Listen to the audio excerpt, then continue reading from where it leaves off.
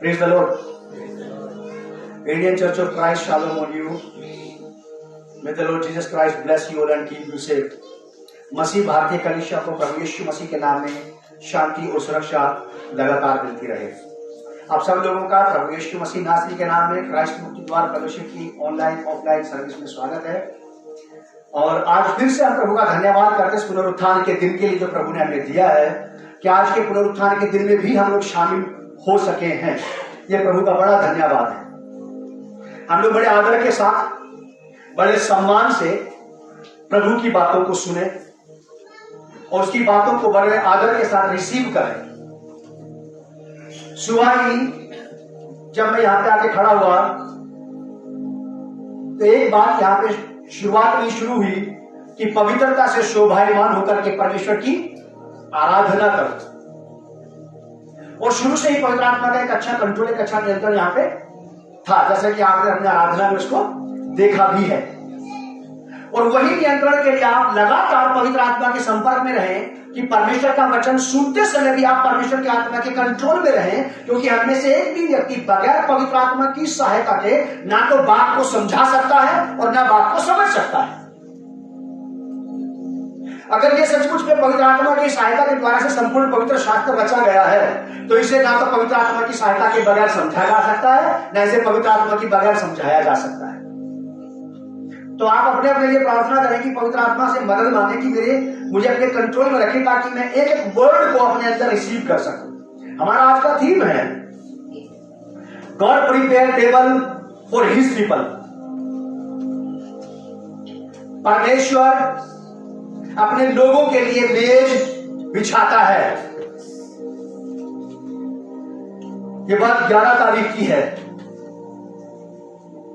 Friday की।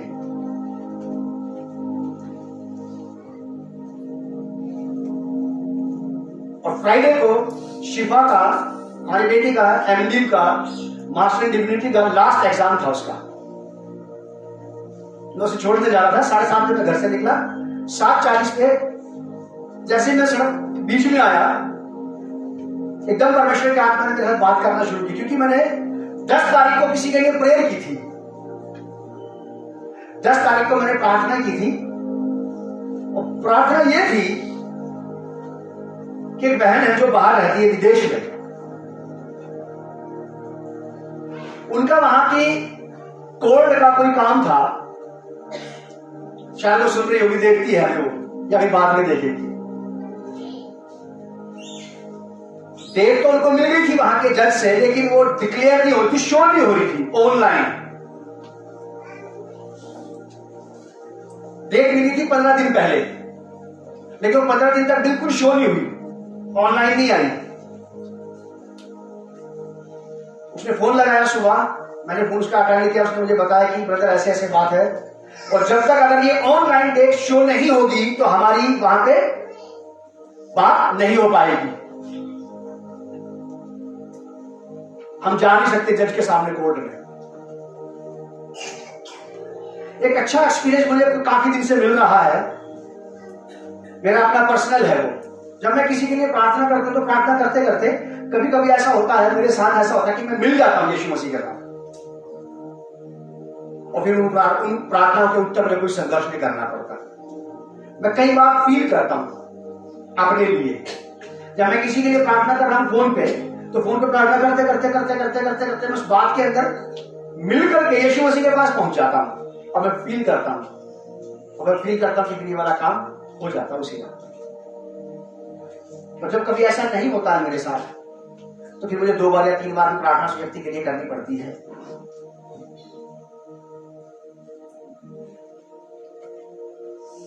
मैंने उसके लिए प्रार्थना की कि प्रभु आज ही, प्रोफेसी नहीं की मैंने प्रेयर की। ये भविष्यवाणी नहीं है, ये प्रार्थना है। कई बार सिंपल साधारण लोगों को पता नहीं पड़ता कि ये भविष्यवाणी है या प्रेयर है। मैंने केवल प्रार्थना की प्रभु आज ही इसका काम हल हो जाए और इसकी डेट ऑनलाइन शो हो जाए।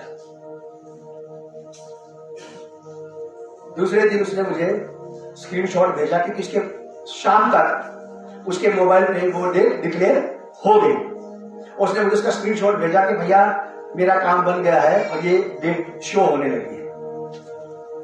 उसका काम बन गया।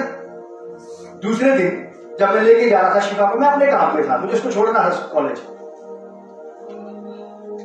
चलते चलते परमेश्वर का आपने बहुत ही बेहतरीन बात कही जो मैं आपके साथ बांटना चाहता हूं। अगर वो बात नहीं होती तो आज ये मैसेज नहीं होता। पवित्र आत्मा ने मुझे एक बात बताई। परमेश्वर अपने लोगों के लिए मेज बिछाता है। निकालिए आप मेरे साथ भजन संहिता 23 अध्याय 5 पद, Psalm 23 वर्ष 5। जबूर 23 अध्याय 5वीं आयत, भजन संहिता 23 अध्याय 5वीं आयत। मैं पढ़ रहा हूं, आप लोग सुनिए। एक बार पूरा पढ़ देता हूं, फिर 5वीं आयत पर उसके ए पार्ट पर विचार करेंगे। बस इसका शीर्षक है, हेडिंग है जबूर 23 का, यहोवा मेरा चरवाहा। यहोवा मेरा चरवाहा है, मुझे कुछ घटी ना होगी। वह मुझे हरी हरी चराइयों में बैठाता है, वह मुझे सुखदायी जल के झरने के पास ले चलता है। बेस्ट शेफर्ड है ये, बढ़िया गडरिया, इससे बढ़िया चरवाहा नहीं हो सकता। वह मेरे जी ले आता है, धर्म के मार्गों में वह अपने नाम के निमित्त मेरी अगुवाई करता है। चाहे मैं घोर अंधकार से भरी तराइयों में होकर के चलूं तो भी हानि से ना डरूंगा, क्योंकि तू मेरे साथ रहता है। तेरे सोते और तेरी लाठी से मुझे शांति मिलती है। तू मेरे सताने वालों के सामने मेरे लिए मेज बिछाता है। तूने मेरे सिर पर तेल मला है, मेरा कटोरा उमड़ रहा है। निश्चय भलाई और करुणा जीवन भर मेरे साथ साथ बनी रहेगी, और मैं यहोवा के धाम में सर्वदा वास करूंगा। ये जो जबूर है ये पब्लिकली नहीं है, इंडिविजुअल है, ये पर्सनल है। ये जिसका इस चरवाहे के साथ ऐसा ही संबंध होगा, वो इस चरवाहे के साथ सर्वदा क्या करेगा? वास करेगा। सब नहीं करेंगे। तो भजन संहिता 23 अध्याय की 5वीं आयत, तू मेरे सताने वालों के सामने मेरे लिए क्या करता है? मेज बिछाता है। मेज बिछाने का मतलब होता है परमेश्वर की ओर से आपका आदर, आपका आदर। आप भले उसका आदर करें ना करें, परमेश्वर की ओर से मेज बिछाने का मतलब है आपकी देखभाल, आपकी केयर करता है। मेज बिछाने का मतलब है कि उसने अभी भी आपको भुलाया नहीं है।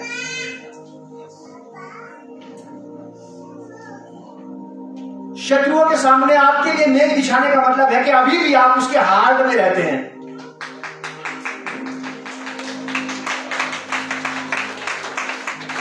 आप अपने घर में हर एक के लिए टेबल प्रिपेयर नहीं करते, करते हैं क्या? सबके लिए नहीं। परमेश्वर भी सबके लिए मेज नहीं लगाता है, सबके लिए भी लगाता है। मेज लगाता है लेकिन सबके लिए, केवल अपने लोगों के लिए, अपने बच्चों के लिए। बाइबल में लिखा है कि यहोवा अपनों को, परमेश्वर अपनों को क्या करता है? पहचानता है। इज माइन और नॉट, ये मेरा है या नहीं है। मेज बिछाने का मतलब है एक बहुत बड़ा ऑनर आपका, एक बहुत बड़ा आदर सत्कार आपका, एक बहुत बड़ी पाहुनाई आपकी, आपकी सेवा करना परमेश्वर की ओर से। मेज लगाने का मतलब यह है। यहां जितने लोग बैठे हैं, जो मुझे देख रहे हैं, या मैं भी यहां पे खड़ा नहीं कि हम अपने अपने बारे में विचार करें, तो हम में से कई सारे लोगों का ये विचार बाहर निकल के आएगा कि मैं इस लायक नहीं हूं। बात भी सच है, लेकिन तो भी परमेश्वर हमारे लिए क्या करता है? मेज लगाता है, ऑनर करता है, हमारा आदर करता है, मानता है हमें, इनकार नहीं करता हमारा, इग्नोर नहीं करता हमें, अनदेखा नहीं करता हमें। मेज बिछाने का मतलब यह है। और तब से मुझे दो ही गीत मेरे दिमाग में घूमते रहे। शत्रुओं के सामने मेज वो बिछाता है। एक ये वाला गाना और एक ये वाला, यहोवा निस्सी, शत्रुओं की सेना को हराता तू, जय का झंडा है हमारा। और चलते चलते परमेश्वर का आदमी मुझसे बहुत अच्छी बातें करने लगा। कब मैंने वो सफर तय कर लिया, कब उस लड़की को मैंने वहां छोड़ा, कब मैं घर वापस आया, फिर मैं पूरा दिन भर उसी की पकड़ में रहा। और मैंने ये पेपर जो लिखा है कल रात को बैठ के लिखा है। इसमें मेरी पत्नी मेरे पास ही बैठी थी, मैंने कोई संघर्ष नहीं किया, क्योंकि सारी बातें परमेश्वर की आत्मा ने 11 तारीख को मेरे अंदर डाल रखी थी। सब कुछ यहाँ था परमेश्वर की आत्मा के द्वारा से, और बस मुझे केवल लिखना था। वरना मैंने ज्यादा किताबों का सहारा नहीं लिया। मेज बिछाता है आपके लिए, यह आपका सत्कार है, आदर है परमेश्वर के यहाँ आपका और मेरा। हर एक उस स्त्री पुरुष का, जो हर एक उस स्त्री और पुरुष का आदर है ये, जिसके लिए परमेश्वर मेज बिछाता है। आप परमेश्वर का आदर करते हैं, बहुत अच्छी बात है। क्या परमेश्वर भी हमारा आदर करता है? ये और ज्यादा अच्छी बात है। हम परमेश्वर से बातें करते हैं, क्या परमेश्वर भी हमसे बात करता है? हम परमेश्वर की बात करते हैं, क्या परमेश्वर भी हमारी बात किसी से करता है कि उसको देख, क्या तूने मेरे दास अय्यूब को देखा है? बहुतों की बात करी परमेश्वर ने अपने लोगों की। परमेश्वर कहा कि मुझे अब्राहम पर विश्वास है। ऐसे कई सारे लोग हैं। शत्रुओं के सामने, दुष्ट बलों के सामने वह मेरे लिए मेज सजाता है, मेज लगाता है। दुष्ट बल समझते आप? हमसे ज्यादा ताकतवर, हमसे ज्यादा तगड़े, हमसे ज्यादा मजबूत, दिमाग में, शरीर में, पैसे में, अप्रोच में हमसे ज्यादा बलवान, हमसे ज्यादा बलवान सताने वाली चीजों के सामने भी परमेश्वर हम निर्बलों के लिए मेज लगाता है।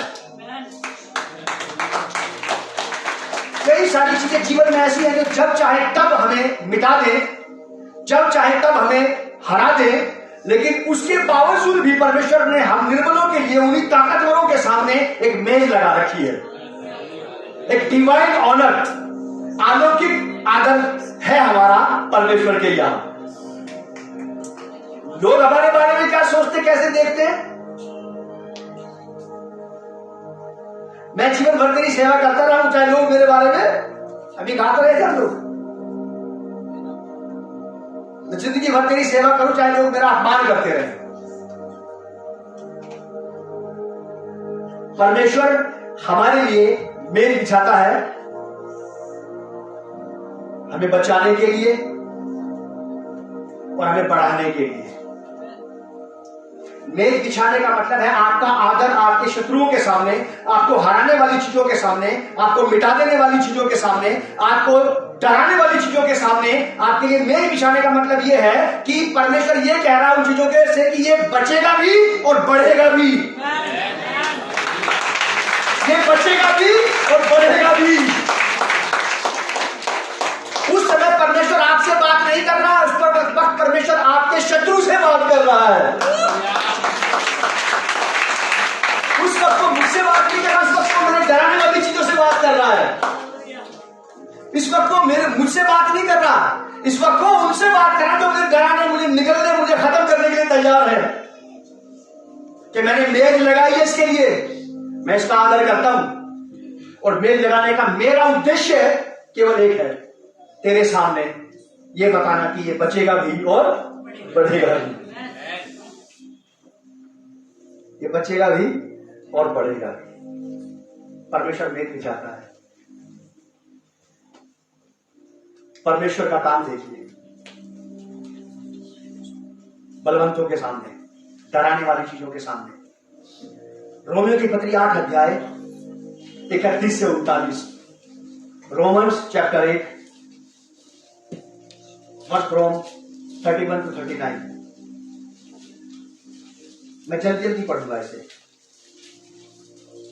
परमेश्वर का प्रेम।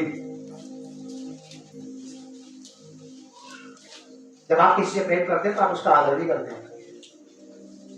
Love and respect will go both together. अकेले नहीं चलते। आप प्रेम तो करते, रिस्पेक्ट नहीं करते। आप रिस्पेक्ट करते, प्रेम नहीं करते। लेकिन ये दोनों चीजें एक दूसरे के पूरक हैं, प्रेम और आदर। यहां लिखा है कि परमेश्वर का प्रेम हमारे लिए, जब वो हमसे प्रेम कर रहा है तो हमारा आदर भी कर रहा है साथ साथ। कैसे? लिखा है कि अतः हम इन बातों के विषय में क्या कहें? यदि परमेश्वर हमारी ओर है तो विरोधी हमारा विरोधी कौन हो सकता है? जिसने अपने निज पुत्र को भी रख ना छोड़ा परंतु उसे हम सब के लिए दे दिया, वह उसके साथ हमें और सब कुछ क्यों ना देगा? परमेश्वर के चुने हुओं पर कौन दोष लगाएगा? परमेश्वर ही है जो उनको धर्मी ठहराने वाला है। फिर कौन है जो दंड की आज्ञा देगा? मसीह ही है जो मर गया वरन मुर्दों में से जी भी उठा और परमेश्वर के दाहिनी ओर है और हमारे लिए निवेदन भी करता है। कौन हमको मसीह के प्रेम से अलग करेगा? क्या क्लेश या संकट या उपद्रव या अकाल या नंगाई या जोखिम या तलवार? जैसा लिखा है, तेरे लिए हम दिन भर घात किए जाते हैं, हम वध होने वाली भेड़ों के समान गिने जाते हैं। हालात ऐसे हैं हमारे, परंतु इन सब बातों में, इनके बावजूद भी, इनके रहते रहते भी, इनके सामने ही लिखा है, परंतु हम इन सब बातों में हम उसके द्वारा जिसने हमसे प्रेम किया है जयवंत से भी बढ़कर के हैं। इन सब चीजों से बढ़कर के हैं हम। सताने वाली, रुलाने वाली, डराने वाली कितनी भी बातें यहां पे हैं, इन सब बातों से बढ़कर के हैं। इनसे ज्यादा ताकतवर हम हैं और ये परमेश्वर का आदर है हमारे लिए। और यही है मेज का एक दृश्य जो परमेश्वर ने हमारे लिए लगाई है। मेज बिछाने का मतलब क्या होता है? Respect, ownership, glory. हम परमेश्वर के साथ ईमानदारी से चलते जाएं, हमें महिमा छीननी नहीं पड़ेगी। हमें ग्लोरी को गॉड से स्नैच नहीं करना पड़ेगा, छीनना नहीं पड़ेगा, छीनना नहीं पड़ेगा। हमें उससे लूटने की जरूरत नहीं पड़ेगी। परमेश्वर खुद ही अपने आप ही आपको महिमा दे रहा है, खुद ही दे रहा अपने आप। क्योंकि मैं निश्चय जानता हूं, 38, मैं निश्चय जानता हूं कि ना मृत्यु, ना जीवन, ना स्वर्गदूत, ना प्रधानताएं, ना वर्तमान, ना भविष्य, ना सामर्थ्य, ना ऊंचाई, ना गहराई और ना कोई और सृष्टि हमें परमेश्वर के प्रेम से जो हमारे प्रभु यीशु मसीह में है अलग कर सकेगी। किसी प्रकार का डर, किसी प्रकार की दहशत, किसी भी प्रकार की वो समस्याएं जो हमसे सुलझ नहीं रही हैं, वो चिंताएं जो हमारे काबू में नहीं है, किसी भी प्रकार की बात हमें दबा के नहीं रख सकेगी। क्योंकि परमेश्वर ने हमारे लिए मेज लगा रखी है। जब परमेश्वर हमारी ओर है तो शत्रु हमारा क्या बिगाड़ लेगा? कुछ नहीं, कुछ नहीं कर सकता है।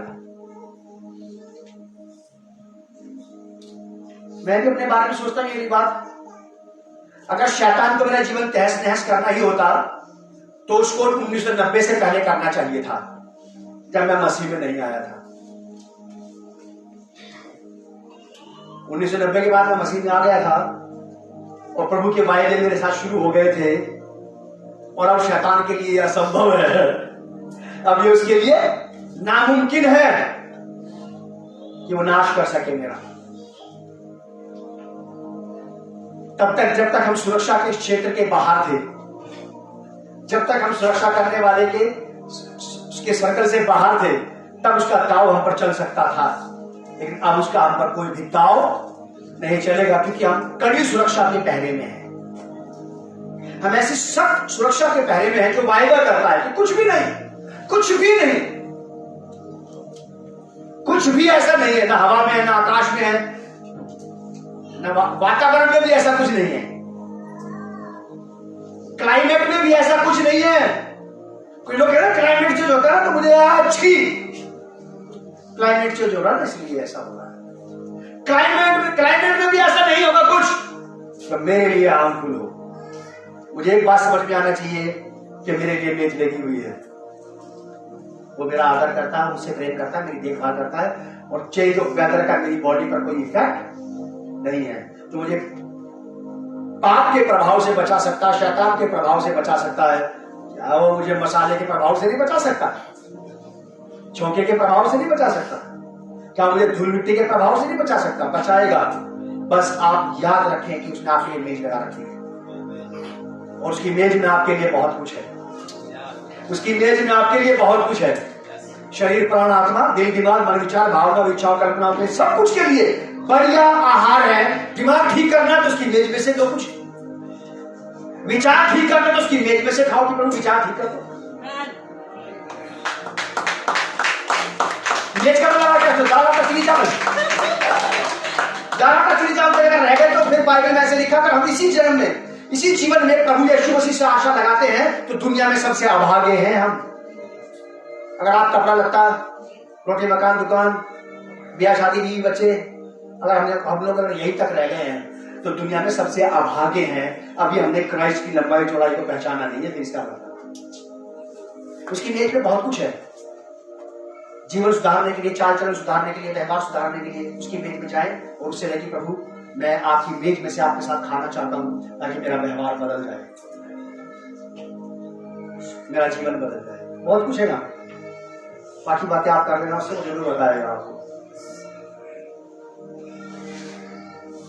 वर्ष 39 में लिखा कि ना गहराई और ना कोई और सृष्टि हमें परमेश्वर के प्रेम से जो मसीह यीशु में है अलग कर सकेगी। परमेश्वर का प्रेम हमें से किसी भी व्यक्ति को तब तक नहीं मिलेगा जब तक वो यीशु मसीह के द्वारा जन्म नहीं ले लेगा। ये लाइन यही तो बता रही है, परमेश्वर का प्रेम किसके द्वारा? Love of God through the Christ. ऐसे तो लिखा, यहाँ पे लिखा है कि ना गहराई और ना कोई सृष्टि हमें परमेश्वर के प्रेम से अलग कर सकती है। परमेश्वर के प्रेम से जो हमारे प्रभु यीशु मसीह में है, हमें परमेश्वर की हर एक उपलब्धता, परमेश्वर की सारी आवश्यकताएं, परमेश्वर की सारी जरूरतें जो हमारे लिए परमेश्वर की तरफ से आपकी यीशु मसीह के थ्रू मिलेगी, उसके अलावा दूसरा रास्ता नहीं है। दूसरा कुरिन्थियों 12 अध्याय 9 और 10 पर, दूसरा कुरिन्थियों, second Corinthian chapter 12 verse 9 and 10।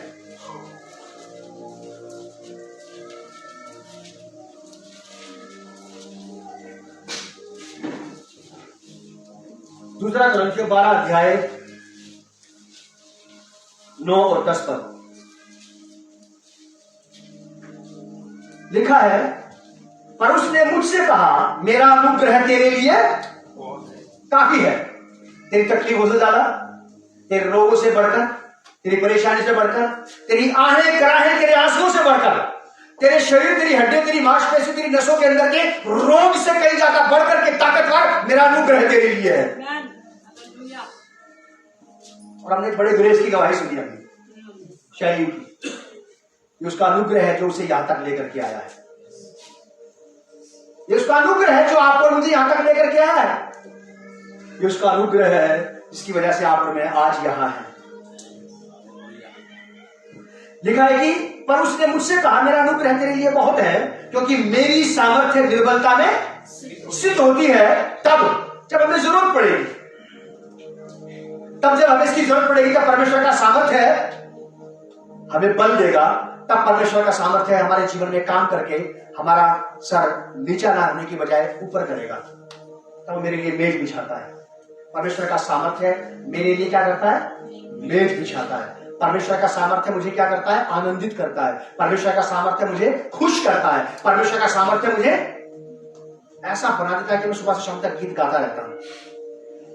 कारण जब वो आपके जीवन में भला काम करता है अपने सामर्थ्य के द्वारा, कभी एकदम अंदर से बाहर तक का माहौल बदल के रख देता है। मेरा अनुग्रह तेरे लिए बहुत है, क्योंकि मेरी सामर्थ्य निर्बलता में सिद्ध होती है। इसीलिए मैं बड़े आनंद से अपनी निर्बलताओं पर घमंड करूंगा कि मसीह की सामर्थ्य मुझ पर छाया करती रहे। संकट के समय में, निर्बलता के समय में, दुखों के समय में, तकलीफों के समय में, बीमारियों के समय में, जब आपको लगने लगे कि सब कुछ हाथ से जा रहा है, जब आपको लगने लगे कि हार निश्चित है उन दिनों में परमेश्वर आपके लिए मेज बिछाता है जो आपको विजय दिलवाती है। अगर उसकी मेज हमारे लिए नहीं है तो हार निश्चित है। एक मेज है उसके पास, एक टेबल है आपके लिए, उसमें आपकी जरूरत का, आपके नाती पोते, आपकी 1000 पीढ़ियों का वायदा पूरा रखा है और यह वह धर्मी की 1000 पीढ़ियों तक करुणा करता रहता है। एक टेबल हर एक व्यक्ति के लिए परमेश्वर के पास है। आप अपनी मेज की बात उससे करें, आप अपनी मेज की बात करें। आपकी जीवन का यहां से लेकर के वहां तक का सारा साजो सामान टेबल पे है। आप वहां से लेते रहे, खाते रहे, वहां से लेते रहे, चलते रहे। कोई डराने वाला, कोई धमकाने वाला, कोई निराश करने वाला, कोई हताश करने वाला, कोई रुलाने वाला कहीं दूर तक नहीं है, क्योंकि उसने मेरे लिए मेज लगाई है। क्योंकि उसने मेरे लिए मेज लगाई है और उसकी मेज में सारी चीजें मेरे आदर के लिए, मेरे सम्मान के लिए, मेरा रुतबा बढ़ाने के लिए, मेरी सर बुलंदी के लिए, मेरे सर को ऊंचा करने वाली चीजें उस टेबल में है। आदर नहीं बढ़ाता क्या परमेश्वर हमारा? परमेश्वर हमारा सम्मान नहीं बढ़ाता क्या? बहुत सारे लोग हैं जो आपका आदर करते हैं, बहुत सारे लोग हैं जो एक दूसरे का आदर करते हैं और ऐसे ही नहीं करते। स्त्री में कोई किसी का आदर नहीं करता। अगर परमेश्वर आपके मेरे जीवन में काम ना करे तो कितनी देर खेलते हैं लोग उसके साथ। बहुत जरूरी है ये। आदर की केवल एक ही वजह है कि परमेश्वर हमारे लिए काम कर रहा है। 10 है। इस कारण मैं मसीह के लिए निर्बलताओं में और निंदाओं में, कभी कभी जीवन में ऐसे हालात, ऐसी परिस्थितियां आ जाती है कि निर्बलताएं और निंदाएं, बुराइयां शुरू हो जाती है हमारी। लोग बुराई शुरू कर देंगे आपकी शुरू। इतना समय वो अपने काम में नहीं लगाएंगे कि पैसा कमाएं, जितना समय आपकी बुराई में लगाएंगे कि आपको मलिया मेल कर दें। बिल्कुल किसी तरह आपका नाम खराब कर दें, किसी तरह आपका नाम नंगा कर दें, किसी तरह आपको रौंद डालें समाज में और आपके लोगों के बीच में। बेकार, गुड फॉर नथिंग लोग हैं, किसी काम के नहीं। इस कारण मैं मसीह के लिए निर्बलताओं में और निंदाओं में और दरिद्रता में, उपद्रवों में और संकटों में प्रसन्न हूं, क्योंकि जब मैं निर्बल होता हूं तभी वो मेरे लिए मेज लगाता है। और उसकी मेज मेरे लिए ताकतवर चीजें हैं जो मुझे बलवंत करती है, जो मुझे बलवंत करती है, शरीर से, दिल से, दिमाग से, मन से, विचार से, भावनाओं से, इच्छाओं से, कल्पनाओं से। और कोई भी मेरा कुछ नहीं बिगाड़ पाता है, कोई भी मुझे अंदर तक छू नहीं पाता है, कोई भी मुझे अंदर से निराश नहीं कर पाता है, कोई भी मुझे अंदर तक उदास नहीं कर पाता है, कोई भी मुझे अंदर तक खामोश नहीं कर पाता है। क्यों?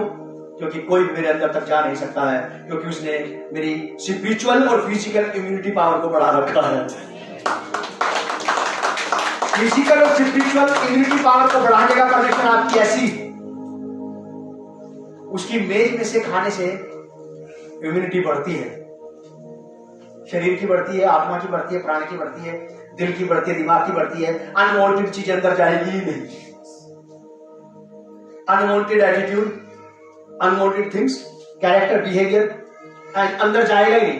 वो चरित्र, वो व्यवहार जो आपको पसंद नहीं है, वो बातें जो आपको पसंद नहीं है, अंदर जाएंगी ही नहीं। क्योंकि परमेश्वर ने जो मेज आपके लिए लगा रखी है, आप उस मेज में से खाते हैं और वो मेज, परमेश्वर की मेज, आपको परमेश्वर की जैसा बनाती है। क्योंकि परमेश्वर पर इन सारी चीजों का जो हम पढ़ के आए हैं, किसी भी चीज का कोई असर नहीं होता, ना किसी डर का, ना किसी भय का। अय्यूब की किताब में लिखा है कि वो डर और भय को, परमेश्वर जिससे लोग डरते हैं, लिव्यातान से, परमेश्वर उसके साथ भी खेल खेल सकता है, लिव्यातान के साथ। परमेश्वर बहुत ही ज्यादा ताकतवर परमेश्वर है जो आपका परमेश्वर है। अगर आपका परमेश्वर इतना ताकतवर है तो आप और मुझे ज्यादा निर्बल और दुर्बल नहीं होने की जरूरत है, ज्यादा इमोशनल होने की जरूरत नहीं है, ज्यादा भावनात्मक। तुमने ऐसा कह दिया, हम तो बुझ गए।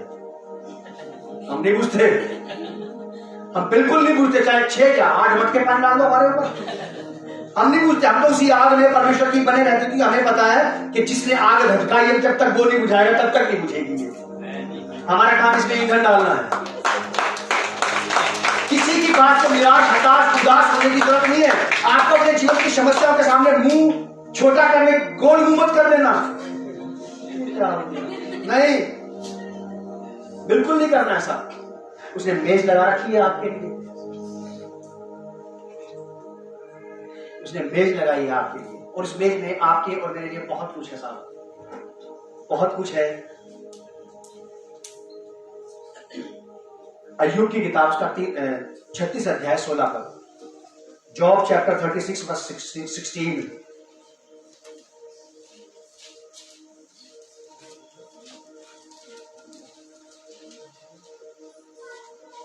अय्यूब 36:16, जॉब चैप्टर 36 वर्स 16, यहां लिखा है, परंतु वह तुझको भी क्लेश के मुंह में से निकाल कर, अगर आज कोई किसी प्रकार के क्लेश में है, शारीरिक, आत्मिक, मानसिक, हार्दिक, सामाजिक, किसी भी प्रकार के क्लेश में अगर आप हैं, तो ये आप ही के लिए है बस।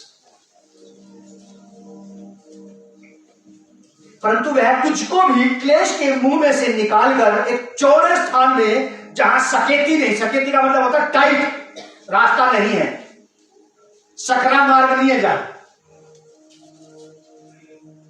परंतु वह तुझको भी क्लेश के मुंह में से निकालकर ऐसे चौड़े स्थान में, जहां सकेती नहीं है, पहुंचा देता है। आपको और मुझे परमेश्वर जीवन की टाइटनेस से निकाल करके जीवन की फ्रीडम में लेकर के आता है, जहां पे आपको और मुझे फिर एक समय पे आकर के घर के लिए, परिवार के लिए, बीवी बच्चों के लिए खर्चा करने के लिए सोचने की जरूरत नहीं पड़ती। फिर खुल के होते हैं सारे काम, अपने लिए खर्चा करने के काम, अपने आप को बेहतर बनाने के काम, अपने लिए कुछ भी खरीदने के काम, अपने लिए कुछ भी नया करने के काम। फिर आपको घिस घिस के नोट निकालने नहीं पड़ते अंदर से। शांति के काम, आनंद के काम, तसल्ली के काम, तरक्की के काम, उन्नति के काम, फिर आपके हमारे साथ वो घिसट के नहीं होंगे। सकरा रास्ता समझते हैं? सकरे रास्ते में से यूं होके जाना पड़ता है, और चौरस मार्ग का मतलब होता है खुले रास्ते में सीधे निकल जाओ। सकेती नहीं होगी लाइफ में, कोई टाइटनेस नहीं होगी, सकरे मार्ग नहीं लाएगा फिर, क्योंकि उसने मेज बिछा रखी है आपके लिए कि आप सकरे मार्ग से नहीं बल्कि चौड़े मार्ग से होकर के चले। भजन संहिता की जगह पे ऐसा लिखा है कि तू चलते हुए नदी का पानी पीने पाएगा, और यहोवा तुझे आसमान की रोटी खिलाया करेगा। चलते हुए बाइबल में एक ही व्यक्ति है जिसने नदी का पानी पिया, एकदम फाटने की नदी फाट दी उसके लिए। कौन था? सैमसन द ग्रेट, शिमशोन था। जब लड़ते लड़ते थक गया, उसका गला सूख गया, उसने यहोवा को पुकारा, कितना बड़ा छुटकारा तूने मुझसे करा दिया इस्राएल का, क्या मुझे प्यासा मरना पड़ेगा? वहीं पे बाइबल में लिखा, थोड़ी दूर आगे चल के ओखली के समान जमीन फूटी और पानी निकला उसके अंदर से।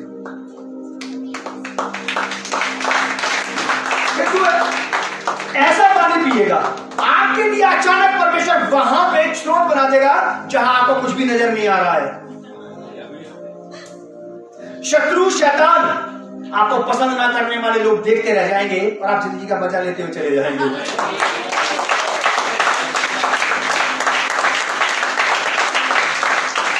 कोई आपको पसंद करे ना करे, कोई आपको चाहे ना चाहे, आप लाइफ में एंजॉय करेंगे, क्योंकि आपके लिए मेज लगी है, आपके लिए मेज लगी है। बस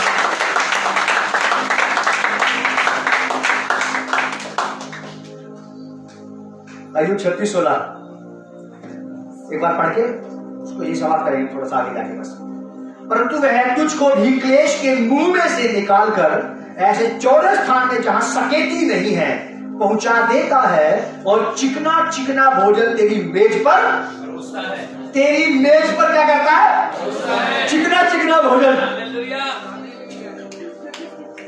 और जो हमसे खुश नहीं है, सूख सूख के मरो। हमने थोड़ी कहा,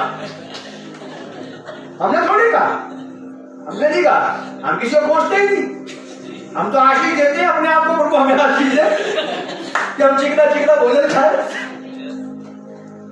वचन में लिखी ये वाली बात, लेकिन याद रखना, ये चिकना भोजन उसकी मेज पे से आ रहा है, आपकी मेज पे नहीं है।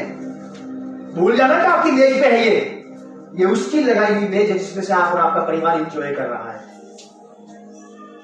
लिखा है, और चिकना चिकना भोजन तेरी मेज पर क्या करता है? वो परोसता है, परमेश्वर लेके आता है। उसने मेज लगा रखी है सताने वालों के सामने, रुलाने वालों के सामने, डराने वालों के सामने। हमें भयातुर कर देते हैं कुछ लोग, उनका नाम सुनते ही एकदम गांडली दौड़ जाती है हमारे अंदर, ये क्या हो। उनकी बात सुनते ही एकदम घबराहट आ जाती है। कुछ चीजों की, कुछ बीमारियों की, कुछ विचारों की, कुछ चीजों की के नाम सुनते डर जाता आदमी। अरे वहां गए तो उसने ऐसा बोल दिया कि ऐसा तो नहीं हो जाएगा कहीं हमारे साथ। याद रखना, डरो नहीं, उसने मेज बिछा रखी है आपके। और मेज बिछाने का उद्देश्य केवल ये है कि आपका चेहरा हमेशा चमकदार रहे, मुस्कुराता रहे, खुश रहे, आपके चेहरे पे डर की शिकन ना हो। इसलिए मेज बिछाई है कि जिससे आप डर रहे हो उसको दिखाना चाहता है परमेश्वर कि ये मेज मैंने इसके लिए लगाई है, इसलिए कि ये बचेगा भी और बढ़ेगा भी।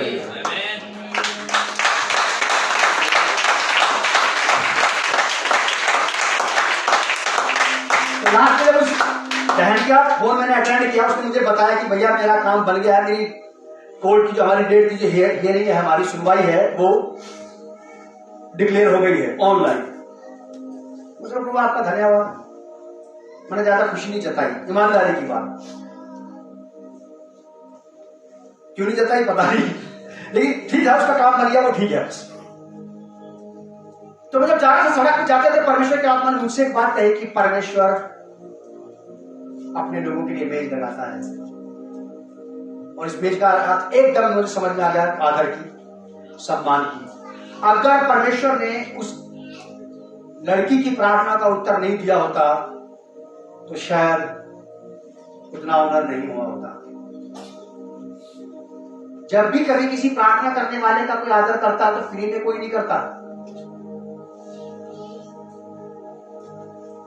फ्री में कोई नहीं करता। जब उसकी प्रार्थना का उत्तर आपके लिए आता है तब वो आदर करता है। और परमेश्वर आपकी प्रार्थनाओं को इसलिए सुनता है कि वो आपके लिए मेज बिछाए। दो बातें मैंने लिखी हैं, इनको या तो लिख लो आप और सुन लेना। परमेश्वर हमारे लिए मेज सजाता है, शत्रुओं, मुझे पवित्र आत्मा ने बताई थी बात, शत्रुओं के सामने भी और मित्रों के सामने भी। जो अपने लोग है ना, मित्र, उनके सामने भी परमेश्वर मेज लगाता है हमारे लिए, ताकि ये भी हमारा आदर करें। और ये वाली बात तो मुझे अभी इसी वक्त याद आई है। परमेश्वर इजराइलियों को जब लिए जा रहा था तो मूसा इजराइलियों और यहोवा दोनों का ही था, मूसा दोनों का था। लिखा है कि परमेश्वर वही करता था जो मूसा कहता था, और परमेश्वर ऐसा इसलिए करता था कि लोग यहोवा और मूसा दोनों का आदर करें। परमेश्वर का इंटरेस्ट देख लो, आपकी प्रार्थना को उत्तर देने की क्या वजह है? तो लोग आपका आदर करें। अगर आपकी प्रार्थना का उत्तर नहीं आया ना किसी के लिए, मैं यही खड़ा होकर कह रहा हूं, अपने ही चर्च के पादरी को लोग छोड़ करके दूसरे पादरी के पास चले जाते हैं कि दुआ कर दो पादरी साहब, क्योंकि लोग फायदे के हैं, नुकसान के नहीं है। यीशु मसीह वो मेरे नुकसान का भी साथी है। जब मैं नुकसान कर देता हूं ना उसका, तो तब भी मुझे अपने साथ रखता है, लेकिन कोई बात नहीं है, लोग छोड़ देते हैं।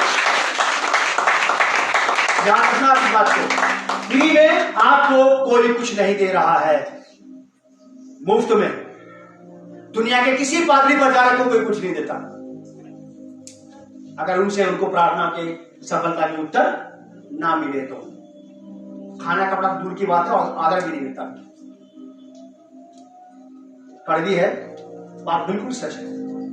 लिखा है कि परमेश्वर हमारे लिए मेज सजाता है, शत्रुओं और मित्रों के सामने आदर की मेज आपके लिए लगाता, मेरे लिए भी लगाता है। फिर सेकंड बात होली स्पिरिट ने जो मुझे कही, आपको ही बता देता हूं। अब हम भी परमेश्वर के लिए मेज बिछाएं, आदर की, सम्मान की, स्तुति की, प्रशंसा की, अपने शत्रुओं के सामने भी और अपने मित्रों के सामने भी। अगर वो हमारा आदर बढ़ाएगा, बढ़ा सकता है, तो हमें भी उसका आदर बढ़ाना चाहिए।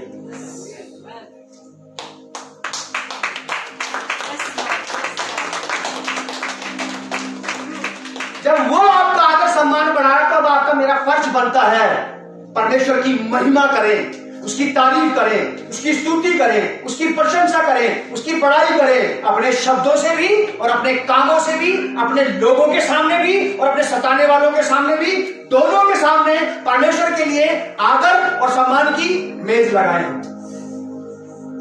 क्योंकि वो भी हमारे लिए क्या करता है? मेज लगाता है। अगर ये वाली बात नहीं हुई कि क्यों मैसेज नहीं आता आज बाहर, मैं प्रभु का बड़ा धन्यवाद करता हूं। प्रभु मैं आपका बहुत धन्यवाद करता हूं कि उस बहन के सामने आपने मेरे लिए मेज लगा दी। वो इतनी हनी, इतनी विनम्रता से, प्रेम से ऐसी बात करती, मैंने सोचता हूँ कि छोड़ो, मैंने इतनी मीठी आवाज नहीं सुनी अभी तक किसी की, ईमानदारी की बात।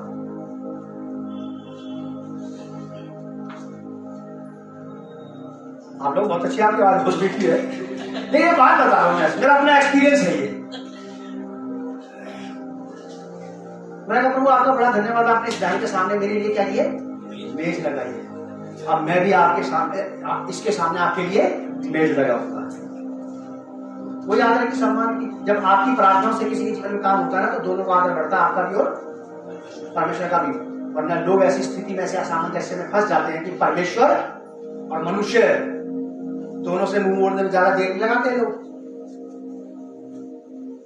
ये लोग फायदे के हैं, नुकसान के नहीं। नुकसान को तो केवल अपना परमेश्वर ही है जो अपने नुकसान के बावजूद भी आपको अपने साथ रखने को तैयार है। हमें से कोई ऐसा नहीं जिसने उसका नुकसान न किया आज तक, लेकिन फिर उसने हमें से किसी को निकाला नहीं। अगर आपने सोचो किसी का नुकसान करते हुए आज है आपके साथ, जिसने आपका नुकसान किया, या तो आप उससे लगे, आप उसको निकाल दिया कि जाओ यहां से। नुकसान के लोग नहीं चाहिए। याद रखना कि परमेश्वर ने आपके मेरे लिए मेज लगाई है, और इस मेज में आपके मेरे जीवन भर के लिए सब कुछ है। फिर खाने कपड़े तक मत रहना, आदर मान सम्मान और परमेश्वर से सारी चीजों की हम लोग आशा लगाए रखें कि प्रभु मेरा रिस्पेक्ट भी होना चाहिए, लोगों के अंदर मेरे प्रति स्नेह, प्रेम और आदर भी आना चाहिए, इससे व्यवहार भी चाहिए। इसके लिए परमेश्वर की बातें हैं जो मेज पे लगी हैं, उसकी बातों को पढ़ के, उसकी बातों को सुन के आप अपने आप को ऐसा बनाए कि लोग ऐसा करें। तो आप लोगों को बहुत आशीष दे और संभाल के रखें। जय मसीह।